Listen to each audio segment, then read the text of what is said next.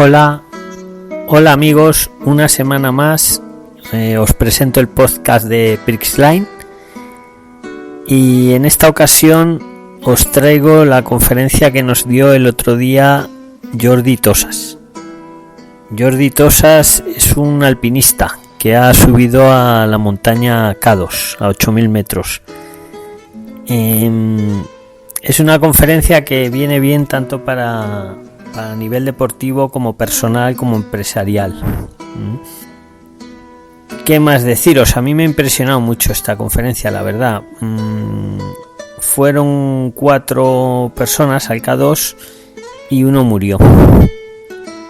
Jordi sobrevivió, claro. Resumen rápido y os dejo con la conferencia. Él dice que es básico en las situaciones extremas el compañerismo.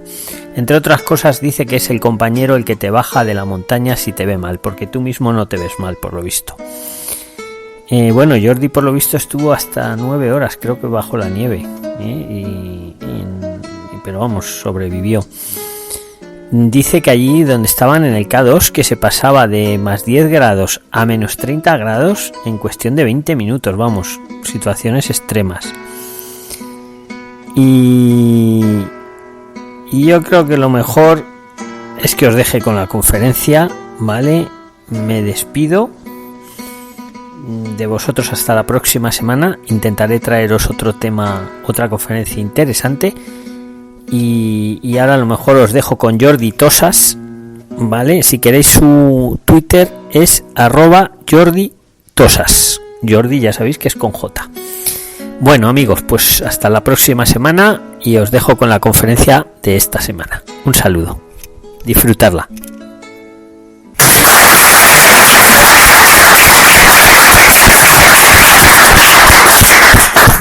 Me quería centrar un poquito pues, de lo que os voy a hablar en las imágenes y luego ya dejaremos que vayan pasando las imágenes y sencillamente dejaré borrar un montón de recuerdos. Para mí es una expedición muy intensa, quizá la más intensa que he vivido en mi vida y las he pasado muy bien y muy mal en muchas partes del planeta, porque si os digo que llevo más de 30 expediciones en el Himalaya, ya no las cuento alrededor del mundo, y fue una expedición la más larga que he hecho en mi vida, es que pasamos más de 2 meses en el campo base, fue la razón por la que me tuve que volver, ya os lo voy explicando.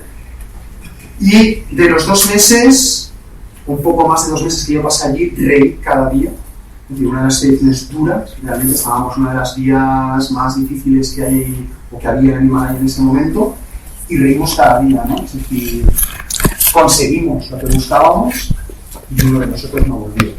Es decir, el agridulce de la propia vida se juntó en una expedición muy intensa en todos los sentidos, ¿no?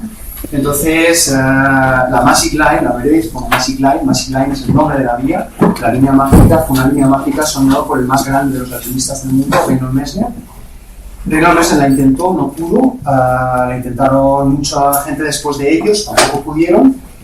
Al final, 16 años antes de que nosotros la volviéramos a escalar, un grupo de 30 personas entre varias expediciones lograron escalarla y nosotros lo logramos 16 años después, solo 4 personas, ¿no? Más una quinta que nos apoyó, que la Valen, y se convirtió pues, en algo muy grande para todos nosotros, ¿no? Ya no solo para el equipo de la expedición, sino para el alpinismo nacional a nivel de toda España, ¿no? El K2 es la montaña de las montañas, ¿no? Y yo creo que a través de las imágenes os iré explicando un poquito más. ¿Vale? Le doy a la barra. Perfecto, vamos a esperar que todo funcione. ¿Está bien? Está bien.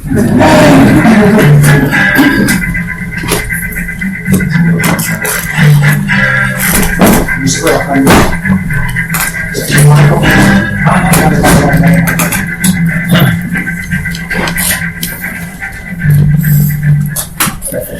Vamos a un equipo que si todo el mundo sabe lo que tiene que hacer. Estas imágenes son muy especiales para mí porque me las envió un amigo mío que trabaja en la NASA y hay algunas desde la estación espacial hecha en el momento que nosotros estábamos allí. Es decir, estamos entrando en la cordillera de Karakorum para que os situéis, el Karakorum es el final del Himalaya, por decirlo así, ¿no? El Himalaya es una cordillera que va desde Bután hasta la India, y en la India empieza el Karakorum que acaba en Pakistán. Entre las dos cordilleras viven todas las montañas de 8.000 metros, ¿no? Se le llama que es el jardín de las montañas grandes. De las grandes, el K2 para todos los alpinistas, es la montaña de las montañas. He tenido la gran suerte de pasar casi 6 meses de mi vida debajo de él, 5 meses de mi vida. Y la primera vez que lo vi, os puedo jurar que cuando llegué a Concordia, al final del glaciar, se me cogió el estómago y dije, yo nunca voy a subir ahí arriba. De hecho, lo he cumplido, no he subido aún en el paso cumbre, ¿no? Aunque he estado 6 meses de mi vida allí, he bajado desde 8.200 metros con el snowboard, pero aún no he subido, ¿no? Me dio mucho miedo verlo. ¿Por qué te da miedo el K2, no? El K2 es una montaña muy grande, 8.600 metros de altura, es la segunda más alta del planeta y está muy al norte en latitud, es el 8.000 situado más al norte. A su norte está el desierto del Taklamakan. El Taklamakan directamente conecta las masas árticas, ¿vale? Que bajan por Siberia, las masas siberianas y árticas, las conecta directamente contra la cordillera de Karakorum. Así que imaginaros un gran anticiclón como los que tenemos aquí ártico en invierno, o lo que hay ahora, que baje por desiertos directamente a chocar contra el Karakorum, contra 8.000 metros de altura. Y a eso sumarle masas que suben desde el océano, desde el mar de Arabia, suben hacia arriba, hacia el norte. Es masas polares que vienen directas desde el Polo Norte y masas húmedas que vienen desde el mar de Arabia. Conforman una climatología muy, muy, muy adversa. Entonces, es un 8.000 con cambios de tiempo muy, muy, muy, muy grandes. Aparte de eso, es un 8.000 donde realmente no caminas para subir. Estamos muy acostumbrados a ver 500 personas en una cuerda fija en el Everest, pero en el K2 no estamos acostumbrados a ver 500 personas. ¿Por qué? Porque realmente el K2 tiene pendientes muy, muy fuertes. Cuando el proyecto, vamos a decir, la empresa del K2 Massive Line se empezó a gestar en la ilusión de 4 personas por separado. O sea, la gran magia de esta expedición es que 4 personas por separado soñábamos con esa línea. Quizá yo era el nexo de unión entre los 4, ¿no? Yo había escalado con Oscar, escalaba mucho Oscar, escalaba mucho con Jordi, conocía muchísimo a Manel y Valen yo no lo conocía para nada, ¿no? Es decir, Oscar y Manel se conocían, pero Jordi Corominas no había escalado, estamos 2 Jordis aquí para que vayáis entrando, no había escalado con nosotros tampoco, ¿no? Con Jordi Corominas habíamos 2 años antes, eso en 2004, en el 2002, habíamos estado ya en el K2 con un proyecto también muy importante que era repetir el estilo alpino, vamos a decir escalando, es como decir, voy a ir lo más ligero. Yo siempre digo, voy a pasar tan suave por la montaña que ni se me cuenta que estoy aquí, ¿no? Voy a ir muy ligero, voy a ir muy rápido y vamos a hacer algo sin cuerdas fijas, sin porteadores, sin nada. Entonces habíamos ido allí, fue el peor año que se recuerda en el Karakorum. Estuvimos 1 mes y medio y hubo casi cada día mucho mal tiempo. Hubo avalanchas impresionantes y aún así logramos llegar muy altos. Es el descenso más alto que se ha hecho en snowboard en el K2, por una vía bastante difícil, por decir muy difícil, hacerse.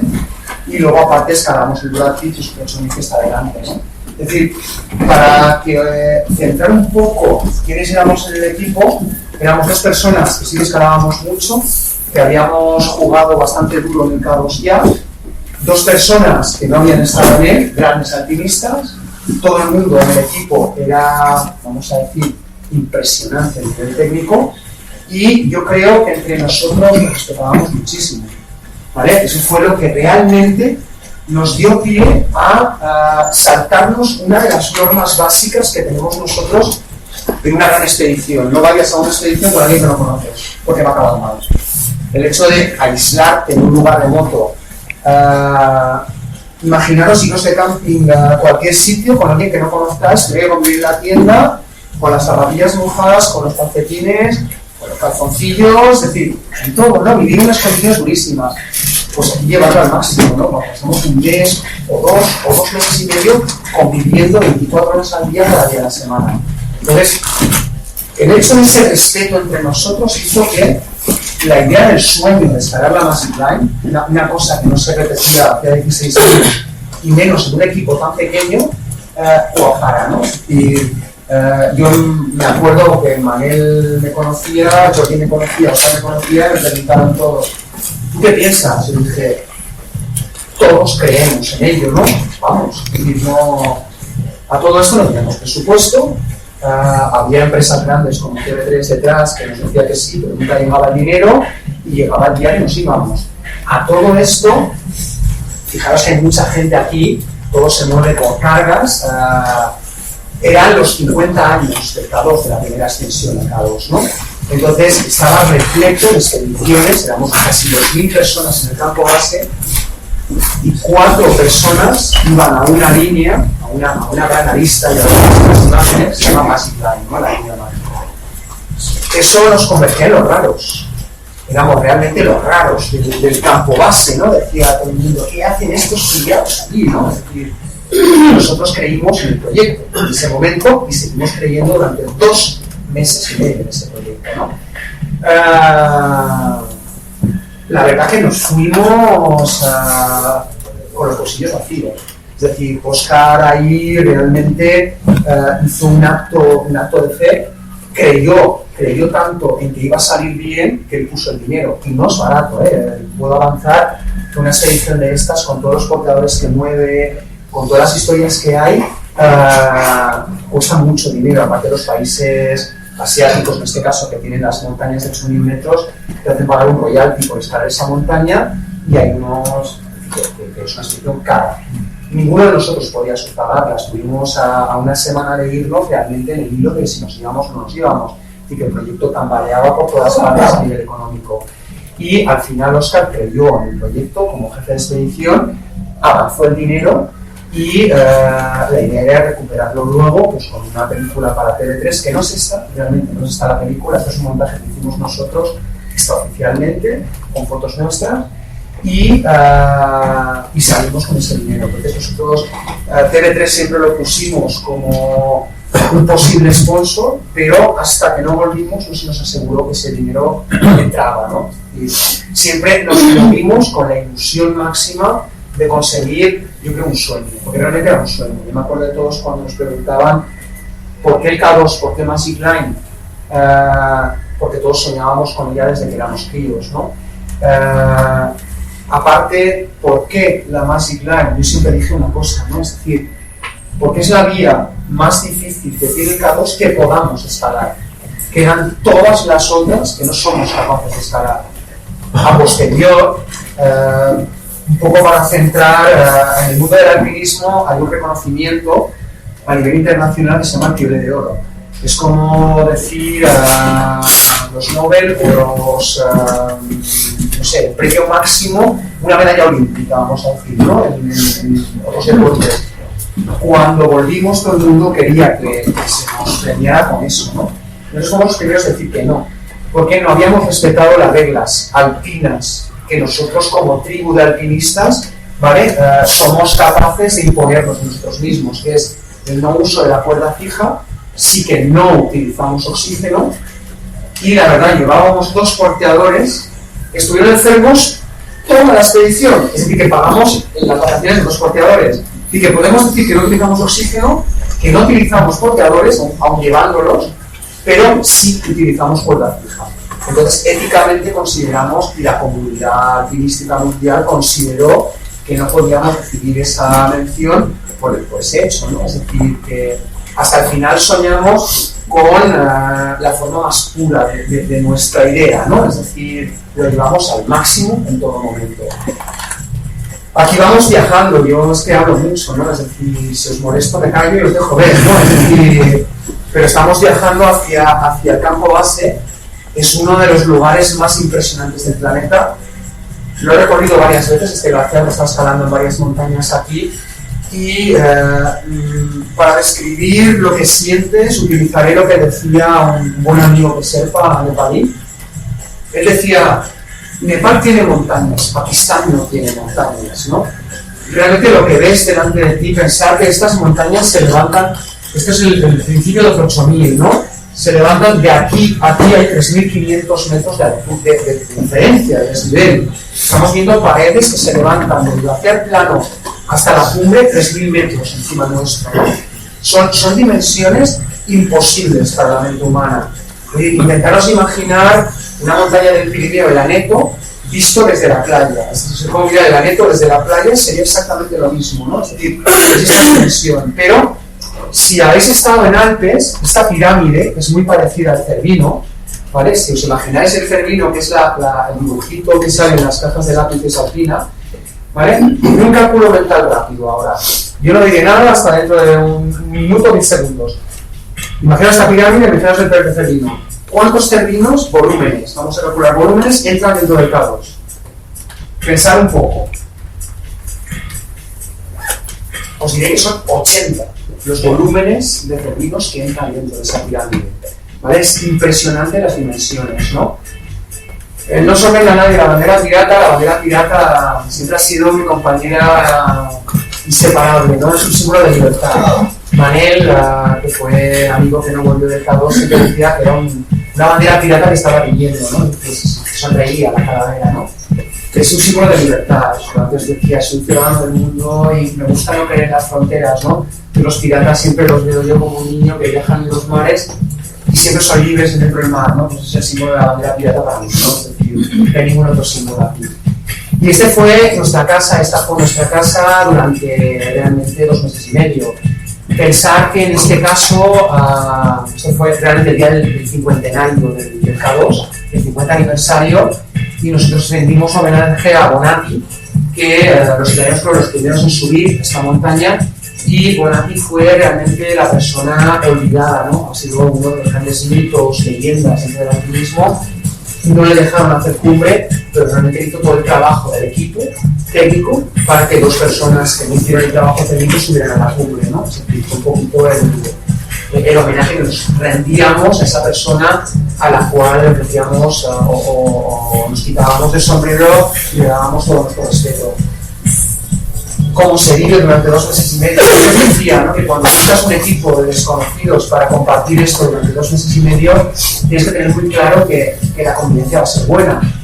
Y los meses fueron duros, ¿no? Fueron muy duros no por nuestra convivencia precisamente, sino porque, fijaros, que siempre estábamos riendo y sonriendo, no porque te hicieran una foto, sino que era la realidad del campo base. Fueron muy duros porque tardamos en llegar al campo 1 un mes.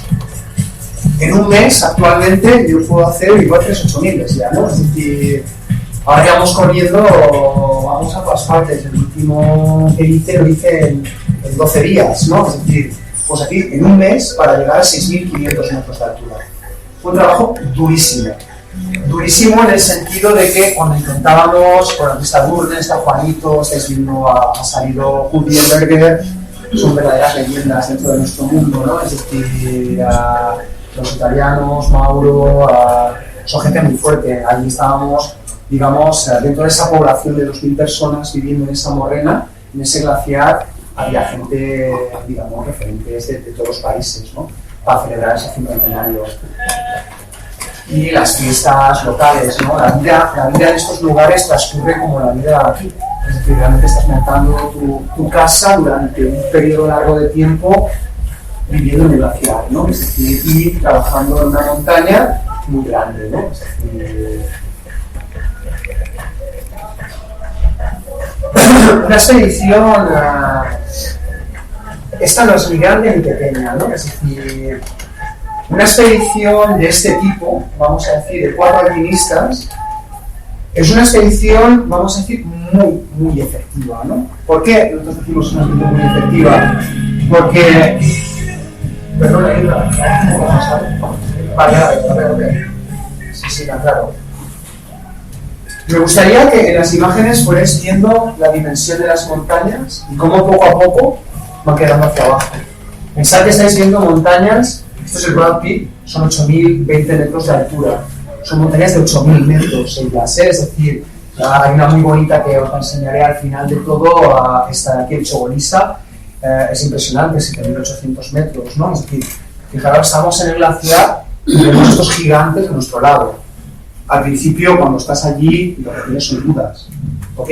El equipo os comentaba que no era ni grande ni pequeño, ¿no? Pero era muy efectivo. 4 personas representa que son 2 cordadas. Entre nosotros, cuando trabajamos en lugares técnicos como este, a veces nos podemos mover sin la cuerda, pero muchas veces necesitamos movernos con cuerda, ¿no? La cuerda es el símbolo del alpinismo, ¿no? Yo creo que forma parte del paradigma del alpinismo, igual que el pionero, los crampones, ¿no? La cuerda para mí, y soy un escalador de solo, es decir, un escalador que muchas veces escalo sin la cuerda, para mí es el símbolo del compromiso, ¿no? Es decir, la cuerda me une a mi compañero en situaciones como esta. Aquí el riesgo no depende de mi nivel técnico, depende de que cualquier bloque de hielo o cualquier luz pueda caer y me pueda valer. Yo voy unido a una cuerda a él. ¿Por qué voy unido a una cuerda a él? Porque hay grietas además. Es decir, que aunque yo fuera más rápido o fuera más hábil para esquivar, tengo el compromiso de que voy a estar con él. Es decir, es muy importante, ¿no? La cuerda me une, antes lo decía, me une a mi compañero en lo bueno y en lo malo. En lo bueno porque si me caigo él me va a agarrar, me va a aguantar, me va a parar esa caída, pero en lo malo también. Es decir, si a uno de los dos le pasa algo, la cuerda es lo que me va a permitir ayudar al otro o al otro le va a permitir ayudar a mí. Entonces, esas 2 cordadas, esas 4 personas conformaban 2 cordadas, ¿no? Es decir, los 2 son una cuerda. Y aquí es curioso, ¿no? Es decir, normalmente mucha gente que escala poco, cuando entran ya en el nivel de la dificultad de la ascensión, prefieren que el otro pase primero y luego que la cuerda está puesta, ¿no? Aquí nos peleábamos todos por escalar, ¿no? Es decir, nosotros alpinistas o escaladores, llamadle como queráis, ¿no? Y lo que queríamos, lo que llamábamos realmente era el acto de subir hacia arriba, ¿no? De coger los pioneros y de estar realmente trabajando la dificultad de esa montaña.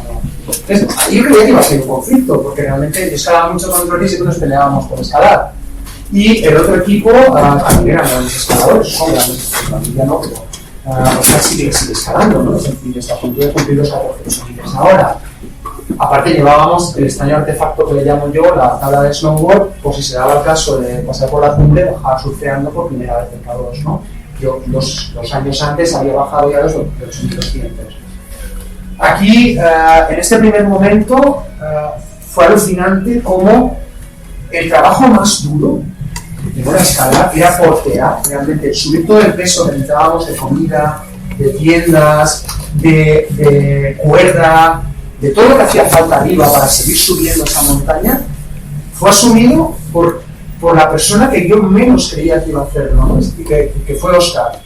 Oscar enseguida dijo, Jordi, tú, es decir, el otro Jordi, Colominas, llamaré Colominas, aquí ahora, y tú, vamos a ir abriendo la vía, ir subiendo hacia arriba, nosotros ya vamos a portear el peso.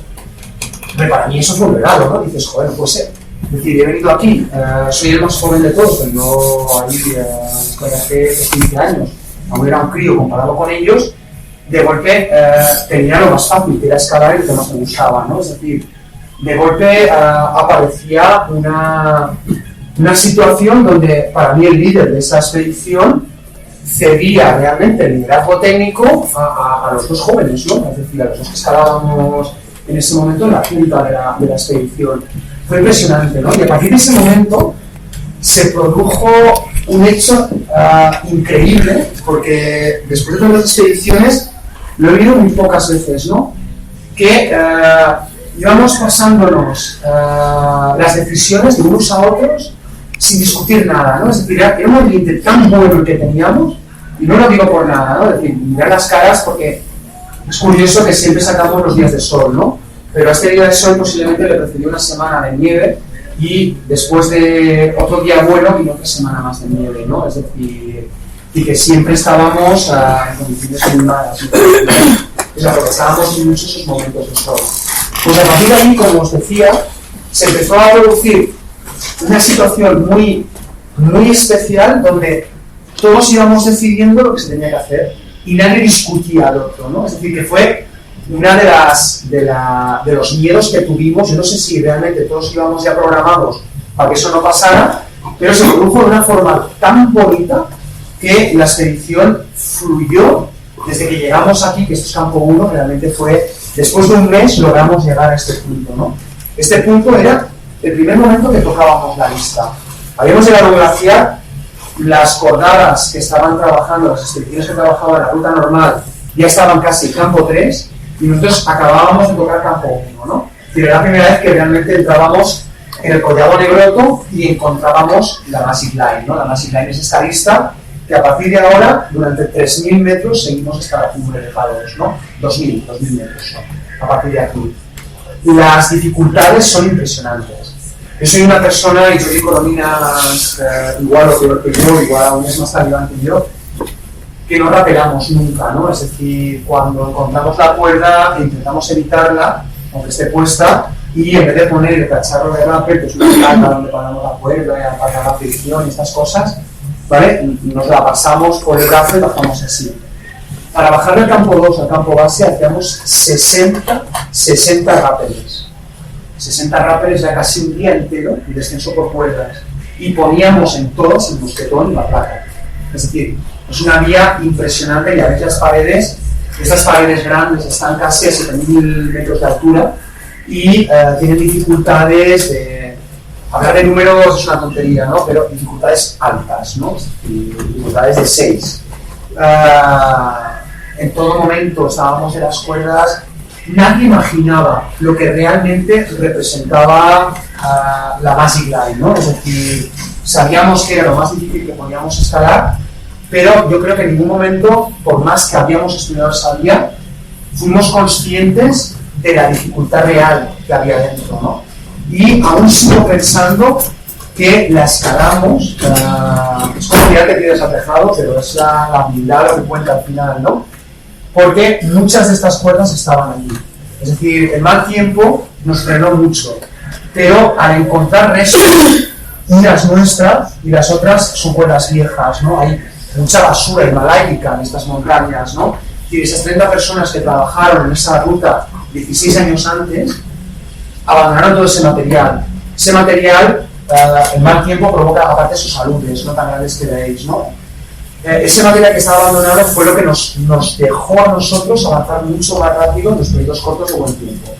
Fue realmente la naturaleza, yo siempre digo que te agita pero nunca te ahoga, ¿no? Es decir, que lo que te está quitando por un lado te lo está dando por otro, ¿no? Es decir, ahí el universo conjuró.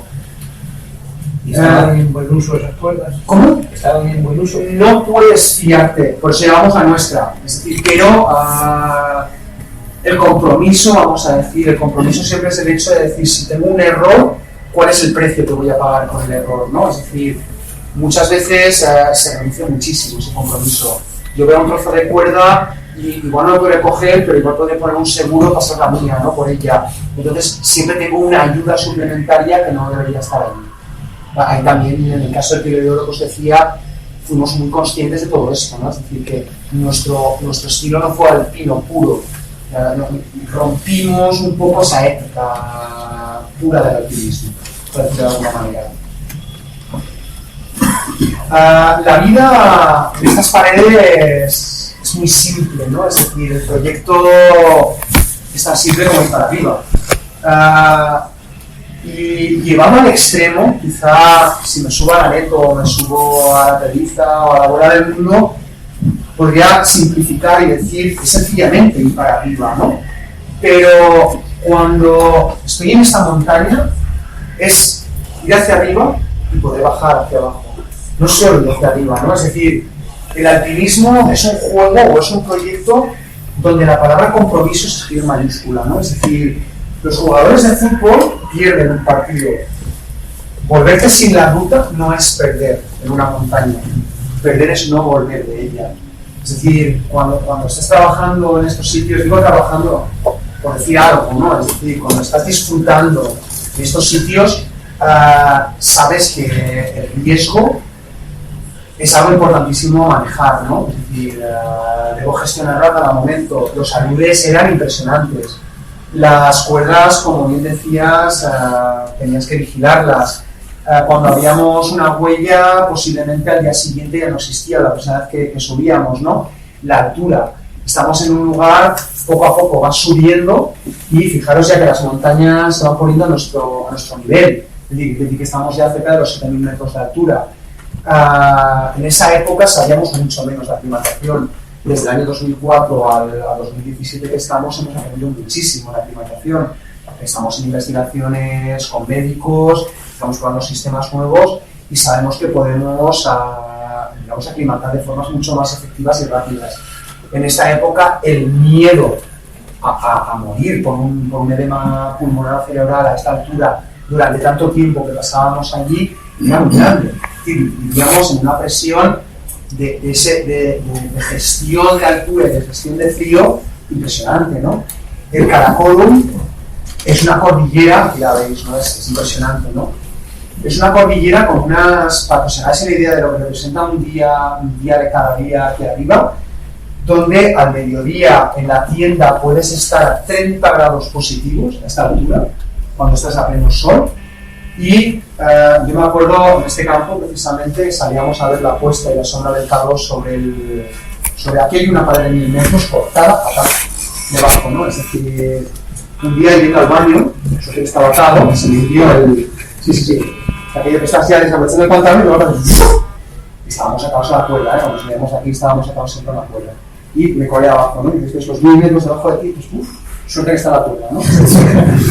Sí, las vistas son impresionantes, ¿no? Pues al mediodía, esta es la vida que tenemos en los campos de altura, ¿no? Es decir, aparte del duro día de trabajo, luego te queda pues una hora para llegar a fundir litro de agua para la cena, litro de agua para el desayuno, para llenar un poco, pues que pasas 1 hora, 2 horas fundiendo agua para hacerte la comida, para prepararte y ahí en este ambiente, ¿no? Es decir, a disfrutar. Fijaros las caras hinchadas, ¿vale? Son signos de altura. Son edemas localizados de altura, son edemas faciales. Aquí estábamos todos afectados a edema, ¿no?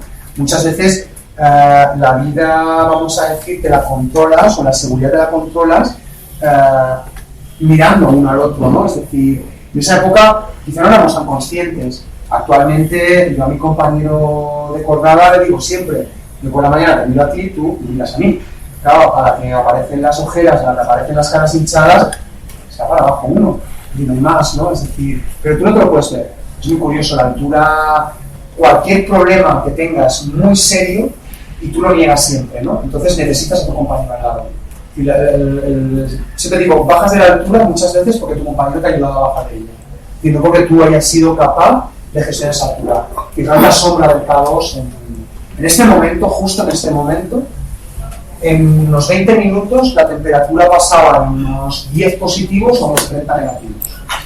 En poquísimo tiempo. Es decir, teníamos amplitudes térmicas de 30 positivos a 30 negativos. ¿Vale? Entre las 12 del mediodía y las 10 de la noche, o las 5 de la madrugada, por decirlo así.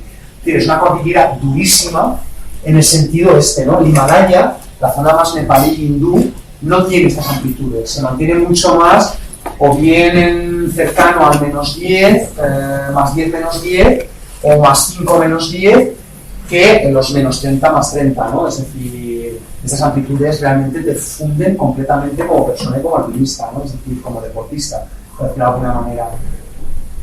Y poco a poco fuimos subiendo. Es decir, aquí ya casi el resto de expediciones se estaba preparando, nosotros aún no hemos llegado al campo 2, y el resto de expediciones que nosotros llevábamos la ferrata, así en plan de coña, le llamábamos a todos, cuando pasaba Juanito, lo digo, porque Juanito es un amigo y lo puedo decir, ¿no? Pasaba por delante, Juanito es Juan Garzaba, pasaba por delante de nuestro campo base y decían, ¿qué Juanito? Para la ferrata, ¿no? Para ellos pasaban ahí, tenían todas las cuerdas montadas, tenían porteadores y tal, y estábamos los 4 pillados, vamos a decir, aquí arriba, ¿no? Jugando con la Magic Line.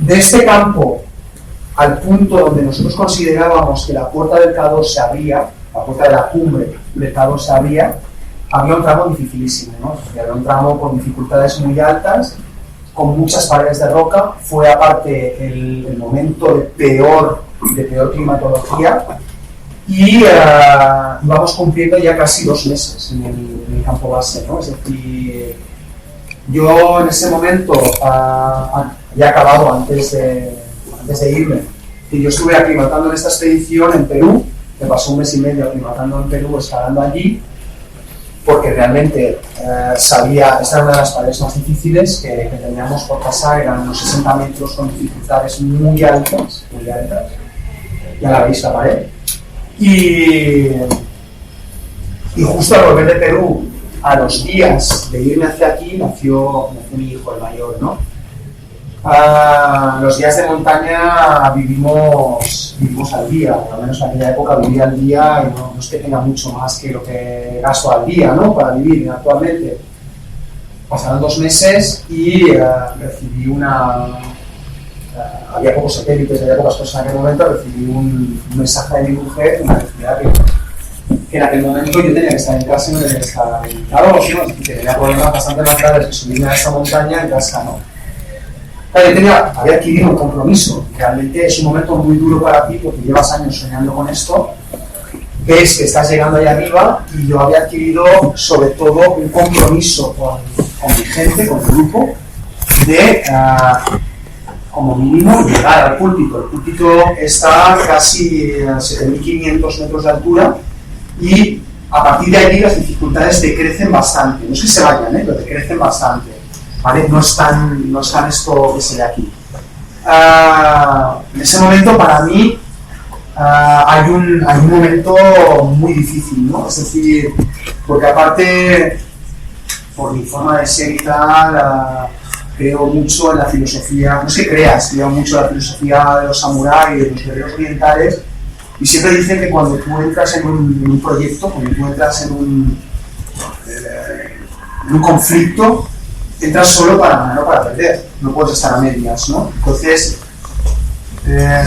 mi guerra estaba en el K2, entonces lo que yo vi, que en ese momento mi guerra pasaba a estar en casa, y no podía estar en 2 guerras a la vez y ganar las 2, solo podía ganar una en ese caso, ¿no? Es decir, y lo que sí que hice fue, sobre todo, cumplir mi compromiso con mi gente, ¿no? Con la expedición, con el equipo con el que yo me había comprometido, ¿no? Yo sabía que si llegábamos al púlpito, cada uno podía casi subir a cumbre solo, ¿vale? Porque la parte más difícil estaría equipada con cuerdas fijas y a partir de allí la expedición, es decir, los 4 ya no éramos indispensables. Quizás hasta el púlpito sí éramos todos indispensables. A partir de él, una cordada simple o hasta, como pasó al final, una persona sola podía llegar a hacer la cumbre, ¿no?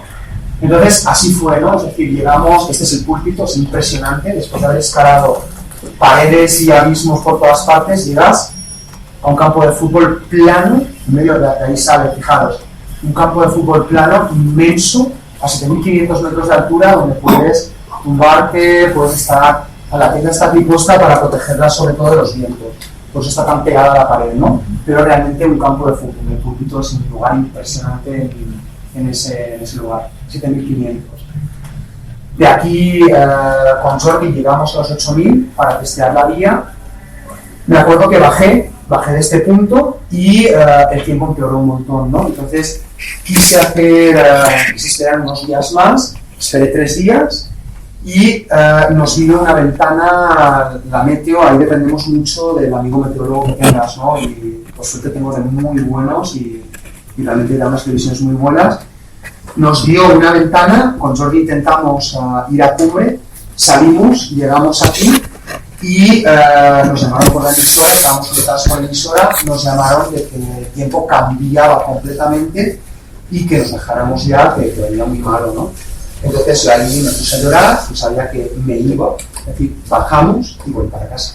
Es decir, tal como bajé, hice el petate que tenía en la tienda, desmonté mi tienda, la dejé en la tienda comedor y me bajé hacia abajo, hacia la Concordia, y ese mismo día llegué a Baño, que es uno de los campos más bajos, ¿no?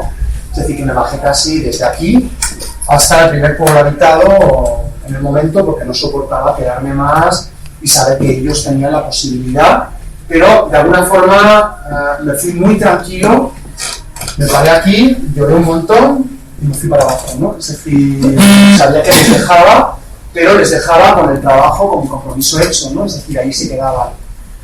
De hecho, cuando quedé, esto es toda la gente, después de lo que habéis visto, es toda la gente por la ruta normal del K2, por el otro lado, vamos a decir, ¿no?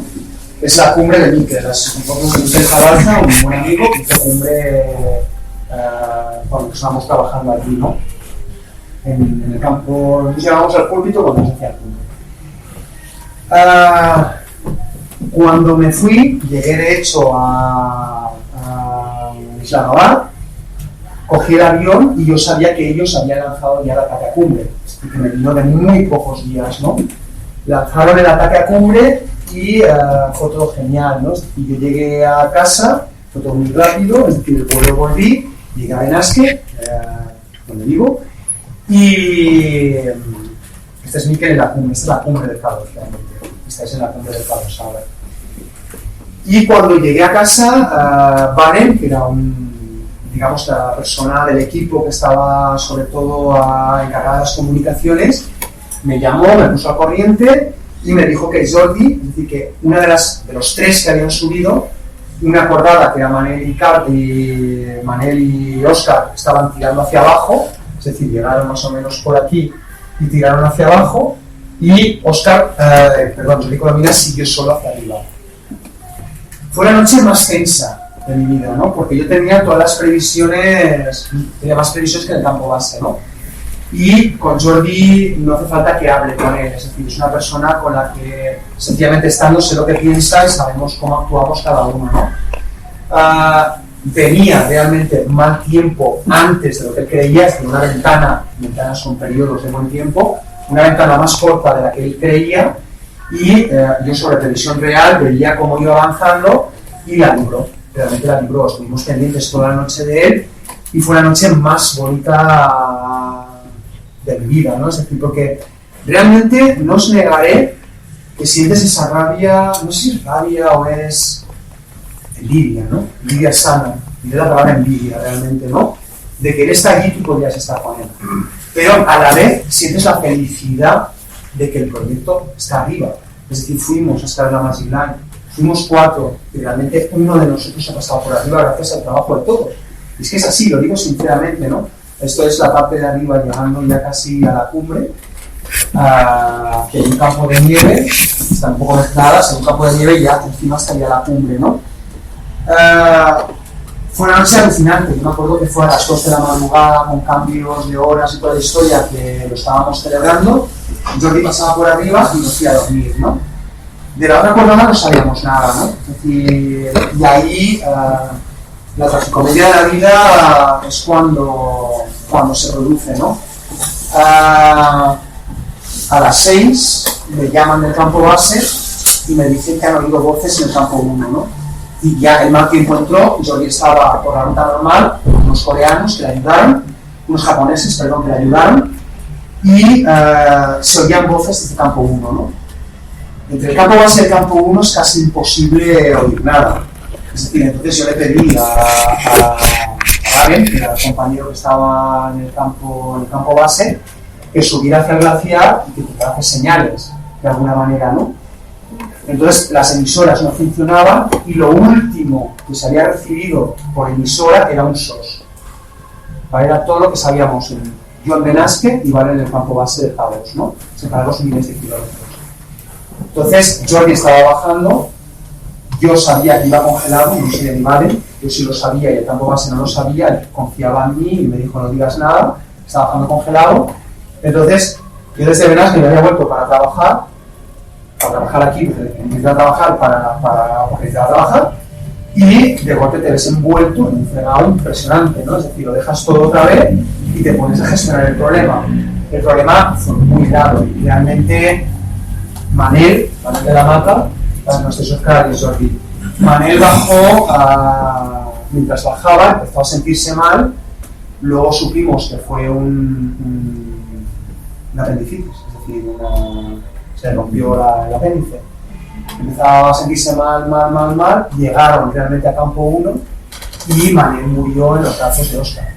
Así de simple, de romántico y de trágico como lo cuento, ¿no? Es decir, no lo sabíamos, ni arriba ni abajo, ¿no? Solo sabíamos que Óscar y Manel no daban señales, se oían voces y al final Jordi y Óscar estaban bajando a la vez, ¿no? Es decir, Valen quería que Jordi subiera a buscar a Óscar, ¿vale? Sabía que iba congelado, les coordiné todo para que subiera un portador a ayudar a Óscar, ¿vale? Que los dos, digamos que Valen no tenía la experiencia y Jordi bajaba demasiado tocado de la cumbre como para ayudar a Óscar. Entonces desde España coordinamos que un portador subiera a ayudarle y bajó, ¿no? Entonces, imaginaros, ¿no? Es decir, en muy pocas horas el equipo consigue uno de los grandes hitos que ha conseguido el alpinismo nacional y de las grandes repeticiones a nivel mundial, y en pocas horas esa cumbre pasa a ser nada, ¿no? Porque uno de los compañeros ha vuelto. Yo no sé por qué, cuando me senté a llorar en Concordia, lo digo con toda sinceridad, no sé por qué tuve ese mal pensamiento, decimos que yo creo que uno de nosotros no va a volver, ¿no? Y Manel sigue en el K2, ¿no? Estas son las imágenes, las últimas imágenes que graba Jordi antes de la cumbre. Es el más grande de los alpinistas que haya habido en España. Fijaros cómo está su cabeza para grabar de esta manera. Bueno, no se oye ahora. La respiración es impresionante, ¿no? Es decir, quizás uno de los más grandes alpinistas que hay en España, ¿no? Y está grabando, pues que no sabe ni cómo tiene la cámara, ¿no? Es decir, fue un ataque impresionante. Yo creo que es de las grandes cosas que se ha hecho, es decir, esa salida solo hacia arriba, con todo lo que representaba el compromiso de pasar la cumbre, bajar por el otro lado, sabiendo que iba a bajar de noche, y realmente salió muy bien, ¿no? Es decir, esto no son fotos de la cumbre, el paso por la cumbre a las 12 de la noche, hora de Pakistán, y llegaba a las 12. Fue el cálculo que hicimos y lo clavó. Es decir, todas las decisiones que tomamos entre nosotros fueron perfectas, ¿no? Fue como haber decidido algo y haberlo cumplido paso a paso, ¿no? Pero la vida muchas veces es demasiado dura, ¿no? Con nosotros. Y lo que podíamos haber celebrado muchísimo, lo hemos celebrado, porque yo creo que Manel le hubiera gustado mucho que hiciéramos lo que hicimos, es decir, realmente celebrar esa Magic Line, porque él había soñado con nosotros y creo que sigue formando parte de nosotros de alguna manera, porque su forma de entender la montaña, su forma de enseñarnos a nosotros, ¿no? Fue profesor de la escuela, habíamos compartido un montón de cosas, sigue viviendo ya no en nosotros, sino en todos los alumnos que hemos tenido y les hemos traspasado esa filosofía, ¿no? Es decir, Manel sigue en ya no en esas montañas, sino en el alpinismo, ya no solo nacional, sino a nivel mundial, ¿no? Yo acabaré, siempre digo lo mismo, ¿no? Es decir, la vida me enseña a escalar y la escalada me enseña a vivir. Y proyectos como este son realmente proyectos de vida que no acaban en ese momento, sino que traspasan las barreras del espacio y del tiempo, ¿no? Muchísimas gracias. Si hay cualquier pregunta que os puedo responder o que queráis, cualquier inquietud, será un placer para mí. Muchas gracias.